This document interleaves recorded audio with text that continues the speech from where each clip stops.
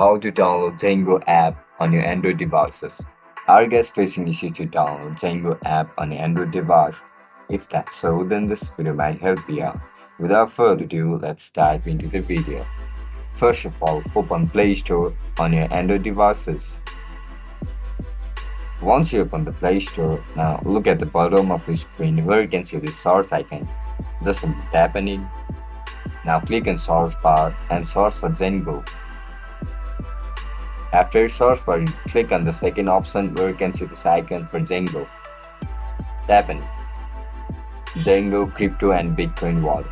Now just simply tap on install. After you click on install, the app will start to download. Once it gets downloaded, it will be available on your home screen. And that's it guys, that's how you're gonna download Zengo app on your Android devices.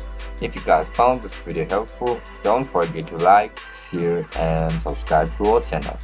Bye bye.